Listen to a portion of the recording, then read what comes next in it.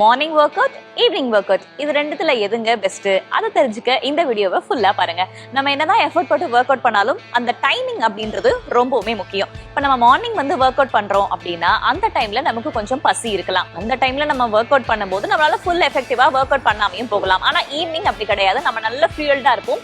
Muscle ஸ்ட்ரென்திங் கொடுக்குற மாதிரி நம்ம சூப்பராகவே ஒர்க் அவுட் பண்ணலாம். இதே மாதிரி மார்னிங் நமக்கு கோர் பாடி டெம்பரேச்சர் இருக்கு இல்லையா, அது ரொம்பவுமே கம்மியா இருக்கும். இதனால பிளெக்சிபிலிட்டியும் கம்மியா இருக்கும். அப்படியே நம்ம சரியான வார்ம் அப் பண்ணாம ஒர்க் அவுட் பண்ணோம் அப்படின்னா நமக்கு அங்கங்க புடிச்சுக்கிறதுக்கான வாய்ப்பு இருக்கு. ஆனா ஈவினிங் அப்படி கிடையாது. நீங்க நல்லாவே ஒர்க் அவுட் பண்ணலாம். அப்ப மார்னிங் ஒர்க் அவுட் வேண்டாமா அப்படின்னு கேட்டீங்கன்னா நிச்சயமா கிடையாது. மார்னிங் ப்ராப்பரா நம்ம ஒர்க் அவுட் பண்ணோம் அப்படின்னா நமக்கு சோர்வு போகிறதுக்கான வாய்ப்புகள் இருக்கு. மெட்டபாலிசம் இம்ப்ரூவ் ஆகிறதுக்கான வாய்ப்பு இருக்கு.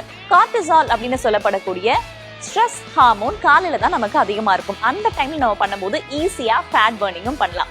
ஸோ நீங்க மார்னிங் பண்றீங்க அப்படின்னா நீங்க யோகா, ஸ்ட்ரெச்சிங், வாக்கிங் அந்த மாதிரி விஷயங்களை பண்ணலாம். இதே ஈவினிங் பண்றீங்கன்னா ஹை பர்ஃபார்மன்ஸான இன்டென்ஸான ஒர்க் அவுட், இன்டென்ஸான கார்டியோவை நீங்க ஈவினிங் பண்ணிக்கலாம். ஹெவி லிஃப்டிங் மாதிரியான விஷயங்களையும் பண்ணிக்கலாம் அப்படின்னு சொல்றாங்க ஒர்க் அவுட் பண்றவங்களும் மருத்துவர்களும்.